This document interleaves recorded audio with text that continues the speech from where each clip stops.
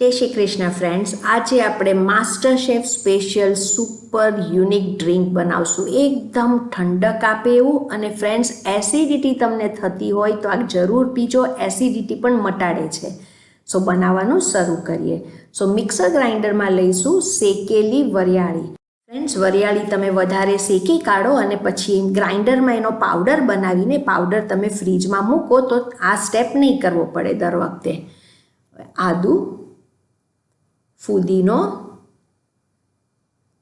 ગોળ. ફ્રેન્ડ્સ, મેં અહીંયા પાવડરનો ગોળ લીધો છે. તમારી પાસે પાવડર ગોળ ન હોય તો જે હોય એ એના નાના કટકા કરીને એડ કરવાનો.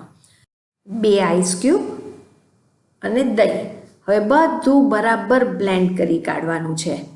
ફ્રેન્ડ્સ, મેં કીધું એ પ્રમાણે તમે વધારે વરિયાળી શેકીને એનો પાવડર કરીને ફ્રીજમાં મૂકી રાખો તો જ્યારે પણ પીવું હોય ત્યારે ઝટપટ થઈ જાય, વરિયાળી શેકવી નહીં પડે.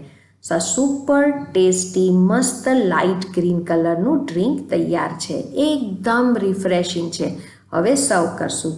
સર્વ કરતી વખતે થોડા આ રીતે આઈસ ક્યુબ લેજો. તમે આ ડ્રિંકનો કલર જુઓ ફ્રેન્ડ્સ, એ નથી આ ઠંડાઈ કે નથી આ લસ્સી. એકદમ મસ્ત રિફ્રેશિંગ ડ્રિંક. ગાર્નિશ કરો તમારી ચોઈસ આ ડ્રાયનટ્સથી. મેં લીધા છે પમ્પકિન સીડ્સ, કાજુ અને પિસ્તા. એકવાર પીશો તો રોજ પીવાનું મન થશે.